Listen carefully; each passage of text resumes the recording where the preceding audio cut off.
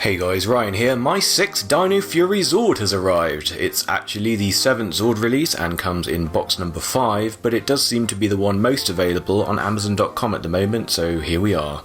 And there's actually more modes I can talk about with this than with the Gold Ranger Zord, so I hope you'll excuse me out of ordering the Primal Ultra Zord into my Moser Razor Zord review later on.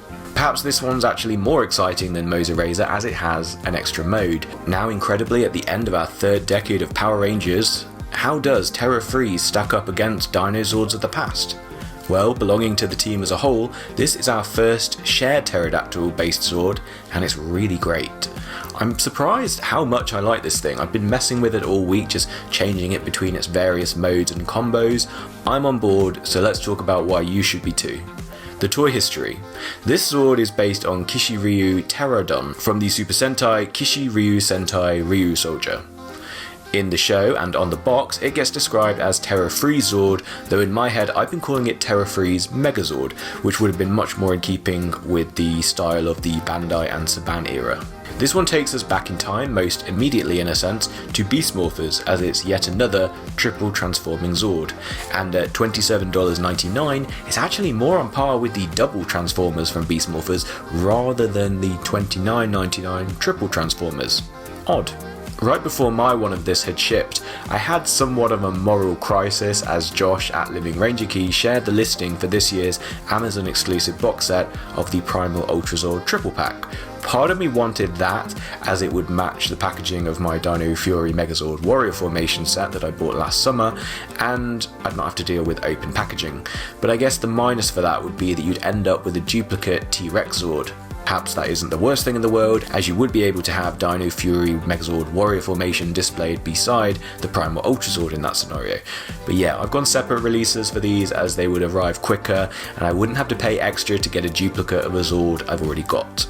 Pteradactyl is another of the dinosaurs that comes back to Power Rangers again and again, and with good reason. It's just a cool idea for a flying base Zord where the wings are kind of built into what it's meant to be based on.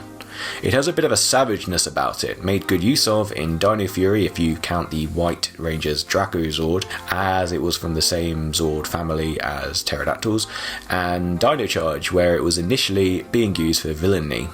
Here they've mixed it up again by associating it with freeze effects and by disassociating it from any single Ranger colour. You would assume Blue Ranger by going off the scheme here, though that would be wrong, it is a shared Zord. I'm sure there's plenty of design influences here that seem inspired by what came before, and not just from the Dino seasons, but there are a few modes here that are completely new. For example, have we ever had a penguin egg before, or really an egg? Speaking of the design, yeah, I'm going off this being termed a penguin egg mode. It definitely resembles more a Pokemon or a Digimon than, say, a Power Rangers Dino Zord. If I'm honest, this makes it seem a bit out of place among our Ranger Zords, but I'm hoping when the Sea Reptile finally arrives, it'll look like they have their own side club going on. Not officially named Penguin Egg Mode, by the way, and I think at time of filming they haven't featured it this way on the show, but a unique addition that adds some nice spherical curves to what is otherwise a very blocky line. Going into Pterodactyl mode is quite fun, as you have to remove the arms anyway. The arms then raise up as the Isis Megazord wings did. This mode also fits in with the rest of the Dino Fury Zords really nicely, though this isn't actually my favourite Pterodactyl from Power Rangers past due to the strange forwards pointing position of the underside of the feet. For favourite, I might go with Dino Charge, though I think the use of wings here is better for the eventual Megazord mode. Yeah, I know it's not show known as a Megazord, but for simplicity's sake I'll probably keep calling it that here to differentiate from Pterodactyl mode. We have another cool helmet, and like Dino Charge, another warrior mode where the Pterodactyl head clips into the middle of the chest.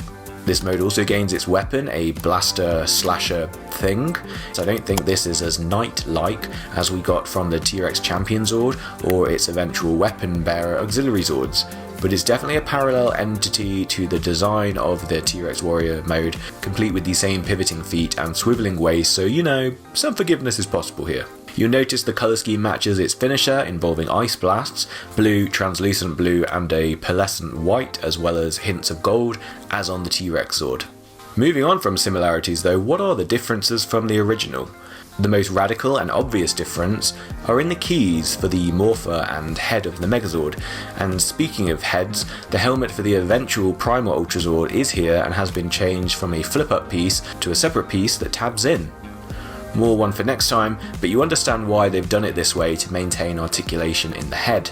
We've got another crotch piece with fake stud ports, so no clipping anything there. I will admit this one annoys me less than the T-Rex Champion though, because there's not anything meant to clip on there anyway. It's not like the fake tiger claw piece that was included last year and will bizarrely still be included in the Primal Ultrazord triple pack, because the T-Rex Zord is how they decided to parcel that stupid piece up. Anyway, full rant for that over on my Dino Fury Megazord review if you haven't seen it already, or feel like reliving it again. If I've interpreted the super useful comparison footage from Frankie, who once again came through with some comparison images for us, then the Ptera Freeze is kind of, once again, par for the course in terms of differences from Bandai Japan to Hasbro America in terms of articulation. The Ptera Freeze includes wrist swivel, elbow ratchet and swivel, and thigh articulation. It also has some arm movement outwards, just like the T-Rex had on the arms, and you once again get it on the legs, where they've also added a ratcheting swivel effect. Now I think this is mostly to help you when transforming between the modes, but it's nice additional movement which the original Pterodon did not have. Altogether it means you can twist the aim of his weapon, put him in some really nice dynamic leg poses, and even get him in a sitting down position if you want it. Hasbro just continue to impress with their ability to add articulation to Zord releases, though that sounds like a positive and we're getting into that later. What's bad about it then? Well, they didn't paint the weapon thing, a bit disappointing, but par for the course in Power Rangers terms. In fact, I've obviously got all the Ninja Storm stuff out at the moment, and this reminds me of that pinwheel mini Zord, also translucent plastic, that was also painted in Japan, but not for America. There's a few more bits of missing paint here, but nothing that's that necessary. I am worried about the feet attachment getting removed. Getting them on was tricky enough. I did use a hairdryer as I was so worried that I was going to break the ball joint, so be quite careful with that. Just like on my T-Rex Zord, the left leg is a bit floppy, notably compared to the tightness of the right leg. Annoying, but functional, at least right now.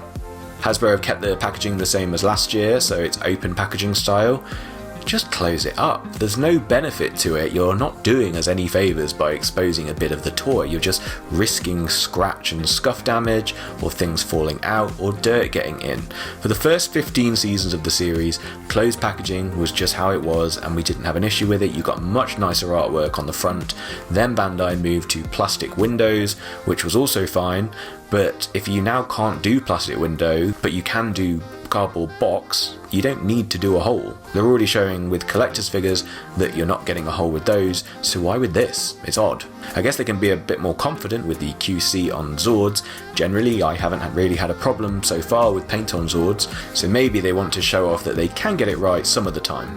Compared to the T-Rex Zord, there are fewer ports on this thing on which to clip armour from the other Zords. You could argue it's because you don't need to do a 5 Nights combo here, and I get that, and I'm fine with them keeping to the screen version. Just interesting, I thought. We also still have the ports on the bottom of the feet, so some potential there if you want to add the Moser Razor parts later on. Going from mode to mode isn't as fluid as the T-Rex Zord, where you could swing the torso section around and it would usually just work. Here it always seems a lot trickier and most of the time unclips. I haven't managed to swing the Ptera Rex round for its warrior mode ever, it always unclips from the legs. Speaking of, Ptera Rex is a cool combination, a dragon T-Rex Zord. I'm never going to not think that's awesome. What is just a bit unfortunate though is how front heavy it becomes, and the T-Rex's posable ball joint feet just can't really stand up to the weight of it. The solution I found is ratchet it back one more, and it should have enough to counteract the pull of force to the floor. This one some of you may disagree with, as it's not this toy's fault, but it's kind of related. There's a combination it can do called the Ptera Smash Ultrazord, the first Ultrazord shown in Dino Fury, but because Hasbro haven't, and at this point we assume aren't, going to release the Patcha Smash Zord and Baby Patcha Zord, You can't fully recreate this, which at time of filming, we've got the first half of season 2 on Netflix and we have seen it several times, but after the catastrophe of the lack of Beast X Lion Zord, it's all become like wallpaper now. Like, of course they're going to show us Zords we can't buy. That seems to be Hasbro's MO for Power Rangers at the moment, and it's a shame. What's good about it? What about the fact then that we got it at all? What I'm thinking will end up being the final Zord reveal of Dino Fury, and we actually got it released. This is a really nice Zord. I think it might be my favourite of the whole line. The use of translucent plastic and the wings are really great. It truly stands out as something a bit different in the line. Semi-transparent plastic on a proper Zord seems quite new to me, but let me know in the comments if we have ever seen this somewhere before.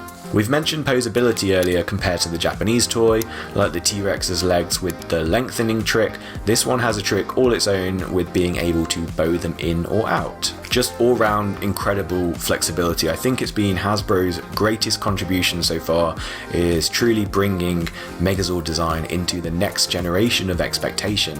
And have you noticed it's having a bit of a global effect on Bandai Japan, who have followed up a very blocky year of Zenkaija with probably one of their first well-articulated 5 Zord Megazords ever, in the regular line anyway. I think Hasbro can definitely take the credit for that, and their 4th year of Power Rangers Zords show their commitment to that is continuing as the influence continues to be felt around the world. The Zord Link stud ports do seem perfected now. Everything snaps on quite nicely, and more importantly unclips quite nicely. Everything clips together evenly rather than some studs being comically loose and others being alarmingly tight.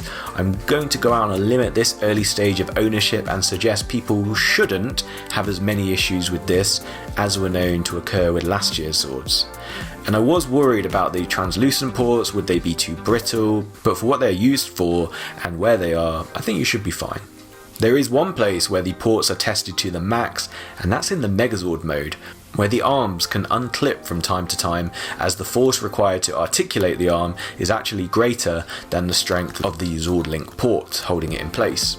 No big deal, and most of the time is totally fine. Something kind of fun is that with Ptera Rex formation there's still extra leftover parts to put together a whole second Megazord, one that you can use as a rider for the Ptera Rex. Kinda reminds me of Mystic Force's Mystic Dragon mode, but you know, technically more dinosaur based. It's a nice fusion between that and the Mythic. Going back to my earlier point about the lack of complete Terra Smash Ultra Zord combinations, I will say that at least the Zord Link system encourages you to think up a solution of your own, and so I'm going with an all blue fixed involving the Triceratops bladed head and the Pterazord head on the other arm. It helps pad out those thin spindly arms and looks more like an actual combination now, so while not screen accurate you can have some fun trying to decide what to do here, I suppose. Not my first choice of solution, but something kind of novel, kind of unique that is in keeping with the gimmick of the series. And I think this is copying what the Bandai Japan toy can do rather than being anything from show lore, but you can even create a pseudo 4th mode, Penguin Egg Megazord. Official naming yet to be confirmed.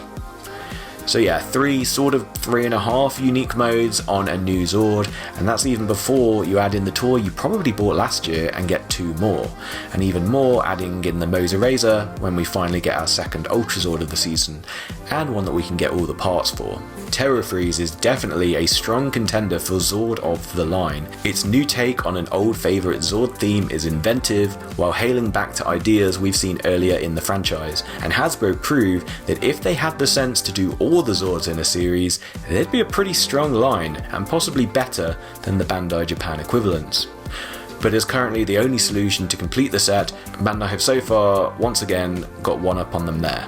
So yeah, that is my review of the Ptera Freeze Zord, or Ptera Freeze Megazord, however you want to slice it. A really great addition to the Dino Fury Zord line, one that stands well on its own and is even more fun when you add 1 or 2 of the other big Zords in. Definitely one to consider whether you're a Power Rangers fan, a Dinozord fan, or even a Pteradactyl fan more specifically. Stay with me and stick around for when we get to Gold Ranger's Moser Razor Zord review, including the Primal Ultra Zord, and until then, see you later.